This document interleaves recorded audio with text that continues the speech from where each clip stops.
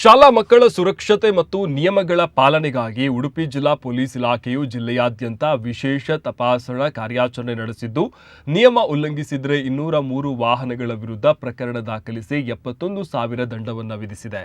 ಜಿಲ್ಲಾ ಉಸ್ತುವಾರಿ ಸಚಿವ ಯುಟಿ ಖಾದರ್ ಅವರ ಸೂಚನೆ ಹಾಗೂ ಸಾರ್ವಜನಿಕರ ಅಹವಾಲುಗಳ ಹಿನ್ನೆಲೆಯಲ್ಲಿ ಜುಲೈ 7ರಂದು ಈ ಕಾರ್ಯಾಚರಣೆ ಕೈಗೊಳ್ಳಲಾಗಿದ್ದು, ಒಟ್ಟು 483 ವಾಹನಗಳನ್ನು ತಪಾಸಣೆಗೊಳಪಡಿಸಲಾಗಿದ್ದು, ಇದರಲ್ಲಿ ಅತಿಯಾದ ಮಕ್ಕಳನ್ನು ಸಾಗಿಸಿದ 112, ಸಮವಸ್ತ್ರ ಧರಿಸಿದ 58 ಹಾಗೂ ಇತರೆ ನಿಯಮ ಉಲ್ಲಂಘನೆಯ 33 ಪ್ರಕರಣಗಳು ದಾಖಲಾಗಿವೆ.